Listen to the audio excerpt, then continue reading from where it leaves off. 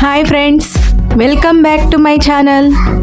Malaysia के day 2 के इस वीडियो में बटू केव्स जहां कार्तिकेय मंदिर है और इंटरनेशनल कराटे टूर्नामेंट का ओपनिंग सेरेमनी के बारे में जानेंगे। हम लोग सुबह 8 बजे तक ब्रेकफास्ट करके ओपनिंग सेरेमनी के लिए इंडोर स्टेडियम पहुंचे। ये इवेंट मिनारा PT80 बिल्डिंग के 14th फ्लोर पे ऑर्गेनाइज किया गया था। इस साल गोशन रिव ऑर्गेनाइजेशन अपना 50th गोल्डन जुबली एनिवर्सरी मना रहा है, जिसमें इंडिया से 6 पार्टिसिपेंट्स थे। ओपनिंग सेरेमनी में खुद गोशन रिव के फाउंडर और प्रेसिडेंट दातुक सोके क्लेमेंट सू चीफ गेस्ट थे। आप लोग भी ओपनिंग सेरेमनी के कुछ यादगार पल देख लीजिए friends. So can you rate? Good afternoon, ladies and gentlemen, distinguished guests, and all karatekas present. Welcome to the opening ceremony of the Goshin Ryu 50th. सबसे पहले मलेशियन नेशनल एंथम से programme का शुरुआत हुआ। Malaysian National Anthem Negaraku. Thank you.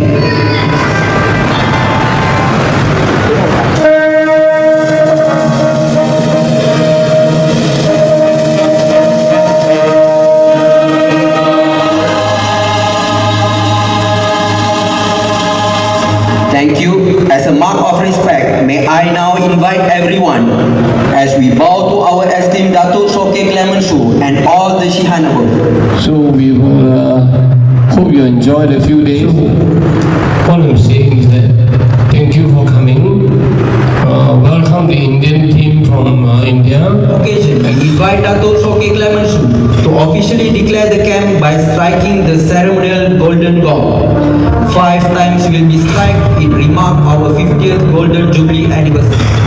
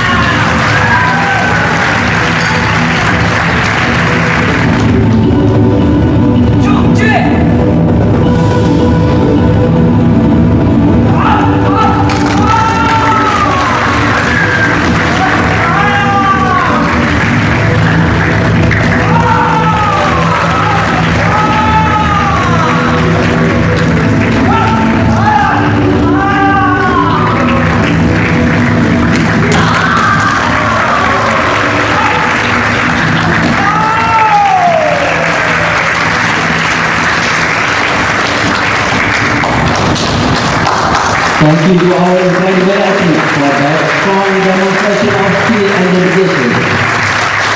For your information, most of our athletes are from Malaysian nationality. We have Vaishnavi, Surya, Devendra, Lucas, Pavitran, Giljes, Mileneshwar. Thank you guys. Opening ceremony के बाद सभी participants के लिए 2 दिन का training session शुरू हुआ। Training शुरू होते होते दोपहर के 1 बज गए थे। सभी पार्टिसिपेंट्स को लंच दिया गया। इसमें जैसे हम वेज पुलाव के चावल में वेजिटेबल्स मिलाते हैं, वैसे ही ये लोग चावल में छोटे छोटे सूखे मछलियाँ मिलाए थे और दूसरी तरफ हाफ बॉइल्ड वेजिटेबल्स, जिसमें मसाला तो दूर कम से कम नमक भी नहीं था। ऐसा खाना हमसे तो नहीं खाया जाएगा, इसलिए हमने पास के एक साउथ इंडियन रेस्टोरेंट में लंच किया। यहाँ आने से पहले हम अपने इंडियन सिम्स में जानबूझ के इंटरनेशनल रोमिंग एक्टिवेट नहीं करवाया, क्योंकि international roaming charges minimum 750 rupees से शुरू होते हैं और वो भी 500 MB या फिर 1 GB के डाटा के प्लान्स है जो किसी काम के नहीं होते हैं। होटल में तो वाईफाई का फैसिलिटी रहता है, पर बाहर घूमते वक्त आपको डाटा के लिए लोकल सिम होने से कई काम आसान हो जाते हैं। अगर आपको OTP या किसी दूसरे कारणों से अपने इंडियन सिम एक्टिवेट रखने की जरूरत नहीं है तो इंटरनेशनल रोमिंग रिचार्ज करने के बजाय लोकल सिम लेना ही बेहतर होगा। इसलिए हमने इस लंच गैप में पास के एक मोबाइल स्टोर से लोकल सिम खरीदा। हमने यू मोबाइल का टूरिस्ट सिम खरीदा जो 20 रिंगिट यानी 400 रुपए का था, जिसमें 30 डेज का वैलिडिटी के साथ साथ अनलिमिटेड डाटा और कॉलिंग का फैसिलिटी था। टूरिस्ट सिम में हॉटस्पॉट एनेबिलिटी नहीं होने की वजह से हमने 2 सिम खरीदा, जिससे हम लोकल मोबाइल के थ्रू कहीं से भी कनेक्टेड रह सकते थे और ये टूरिस्ट सिम 30 डेज वैलिडिटी के बाद डीएक्टिवेट हो जाते हैं। लंच के बाद 2 घंटे तक ट्रेनिंग चला। हमारी छोटी पहले दिन की ट्रेनिंग क्लासेस को खूब एंजॉय किया। सभी पार्टिसिपेंट्स के साथ ये भी आउटस्टैंडिंग परफॉर्मर बनी थी। उसके बाद 4 बजे मास्टर से परमिशन लेके हम बटू केव्स घूमने निकले। 2 जरूरी बातें आपके लिए, जिसमें पहला इंटरनेशनल चार्जिंग सॉकेट। यहाँ के सॉकेट्स राउंड पिन्स के बजाय फ्लैट पिन्स होते हैं, इसलिए हमें इंटरनेशनल चार्जिंग पिन की जरूरत पड़ती है। ये चार्जिंग पिन्स आप इंडिया से भी कैरी कर सकते हैं या लोकली भी खरीद सकते हैं। लकीली हमारे दोनों रूम्स में इंडियन चार्जिंग सॉकेट्स का एक्सेस था, इसलिए हमें इंटरनेशनल चार्जिंग पिन खरीदने का जरूरत नहीं पड़ा। दूसरी जरूरी बात है ग्रैब ऐप। जैसे कि मैंने पिछले वीडियो में बताया था, यहाँ कैब बुकिंग के लिए ग्रैब ऐप की जरूरत पड़ती है। ये app south eastern Asian countries के 8 देशों में सर्विस प्रोवाइड कर रहा है। इसके लिए प्ले स्टोर से ऐप डाउनलोड करके गूगल या लोकल सिम से लॉगिन करके अकाउंट क्रिएट करना पड़ता है। उसके बाद 8 कंट्रीज में से मलेशिया सेलेक्ट करके 6 डिजिट पिन सेट करते ही कैब बुक करने के लिए विंडो ओपन हो जाएगा।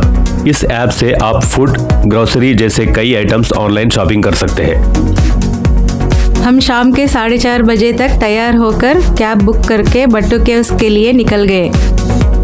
बटू केव्स मलेशिया के सेलंगुर स्टेट, गोम्बक डिस्ट्रिक्ट, जो कि कोलालमपुर सिटी के नॉर्थ साइड 13 किलोमीटर दूर लोकेटेड है। बटू केव्स के लिए ग्रैब टैक्सी चार्जेस ऑनवर्ड 26 रिंगिट्स यानी 520 रुपीस और रिटर्न चार्जेस 17 रिंगिट्स यानी 340 रुपीस हुए। अगर आप अकेले ट्रैवल कर रहे हैं तो कम्यूटर ट्रेन या लोकल सिटी बस के जरिए बहुत कम खर्चे में बटू केव्स तक पहुंच सकते हैं।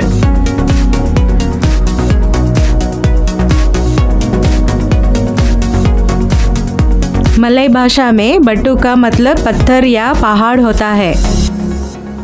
बटू केव्स के बगल में बटू पाहत नदी बहती है।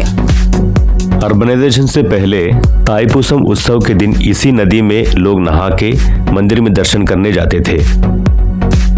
तमिल लोग बट्टू केव कॉम्प्लेक्स को बट्टू मलई कहते हैं।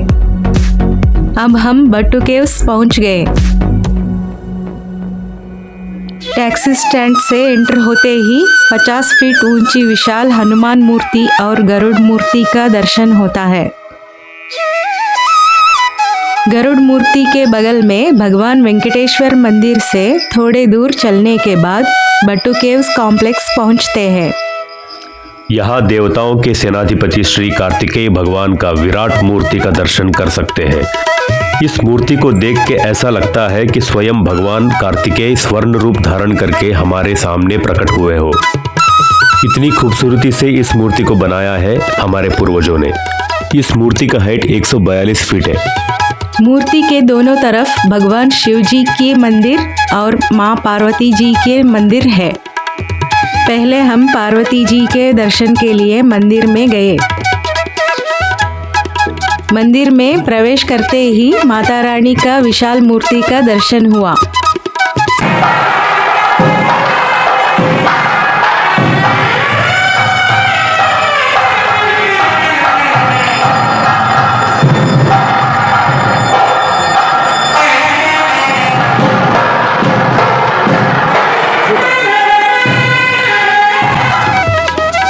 यहाँ अर्चना करने के बाद कुछ देर बिताकर सीढ़ियाँ चढ़ने निकले।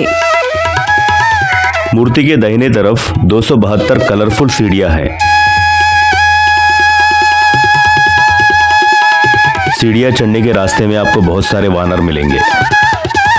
ये सीढ़ियाँ खड़ी होने की वजह से इनकी चढ़ाई बहुत मुश्किल है, इसलिए हमने रुक रुक के आराम से सीढ़ियाँ चढ़ने लगे। जैसे जैसे ऊपर चढ़ते गए दूर से सिटी का व्यू बहुत अच्छा लग रहा था। सुना है कि अगले साल यहाँ एस्केलेटर लगने वाला है, तब जो लोग सीढ़ियाँ नहीं चढ़ पाते हैं उन्हें भी भगवान कार्तिकेय का दर्शन भाग्य होगा। बटू केव्स लाइमस्टोन केव्स है। जियोलॉजिस्ट के मुताबिक ये केव्स 400 मिलियन साल पुराने हैं। यहाँ सबसे पहले ओरांग असली जनजाति और उनके बाद पेमुआन जनजाति के लोग इन गुफाओं को अपने घर बनाए थे। बाद में आए चाइनीज और ब्रिटिशर्स ने यहाँ के खाद का उपयोग करने लगे। इस केव कॉम्प्लेक्स में 20 गुफाओं के साथ साथ 270 प्रकार के पेड़ पौधों के स्पेसीज है। यहाँ ऊपर से पानी का धारा धीरे धीरे गिरता रहता है। सन 1892 में तंबू स्वामी जी ने यहाँ कार्तिकेय मूर्ति स्थापित करके हर साल तमिल त्योहार ताइपूसा मनाने लगे। तब से ये हिंदू धार्मिक स्थल बना और उसके साथ साथ एक पर्यटक स्थल भी बन गया। ऊपर चढ़ने के बाद कार्तिकेय जी का सुंदर मूर्ति का दर्शन हुआ। अगर पूजा का सामान खरीदना हो तो ऊपर मिल जाएगा।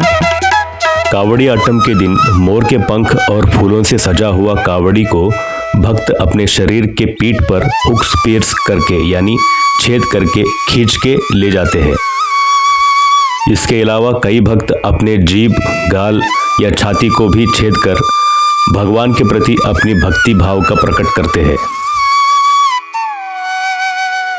अब हम कार्तिकेय भगवान के मेन मंदिर में प्रवेश कर रहे हैं। इतनी भव्य मंदिर का दर्शन करना हम अपना सौभाग्य मानते हैं।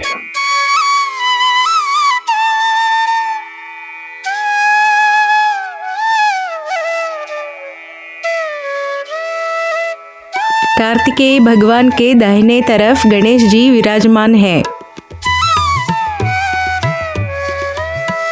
यहाँ हमने अर्चना करवाया। अब कार्तिकेय भगवान का दर्शन कर लीजिए फ्रेंड्स। यहाँ हर साल तमिल हिंदू ताइपूसम उत्सव धूमधाम से मनाते हैं। इसमें कावड़ी आट्टम महत्वपूर्ण होता है। इस उत्सव में मुख्य रूप से तमिल के सनातनी हिंदू 48 दिन के दीक्षा रखते हैं और अंतिम दिन कोलालमपुर में स्थित महामरियम्मन यानी शक्तिया पार्वती जी के मंदिर से जुलूस निकालते हैं।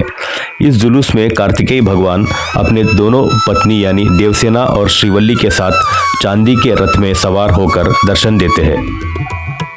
ताइपूसम उत्सव हर साल तमिल कैलेंडर के हिसाब से ताई महीने के पूर्णिमा के दिन मनाया जाता है।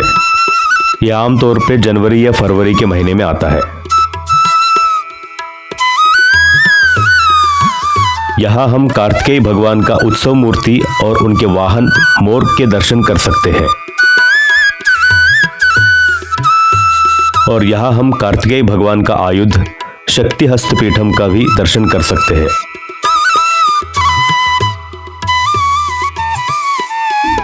उसके बाद हमने प्रसाद लेकर कुछ देर कबूतरों के साथ समय बिताया।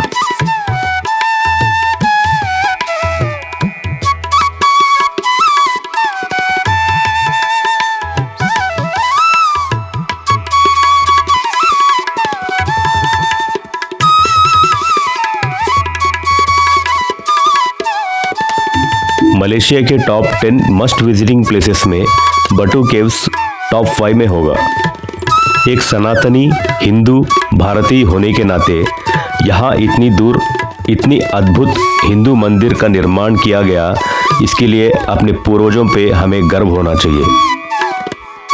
उसके बाद हमने वहाँ से श्रीवल्ली मंदिर में भी दर्शन करके नीचे शिव मंदिर में चले गए। यहाँ कार्तिकेय भगवान और गणेश भगवान के गणाधिपत्य कथा को मूर्ति के रूप में देख सकते हैं। अब हम शिव मंदिर पहुंचे। ओम त्रयंबकम यजामहे सुगंधिम पुष्टिवर्धनम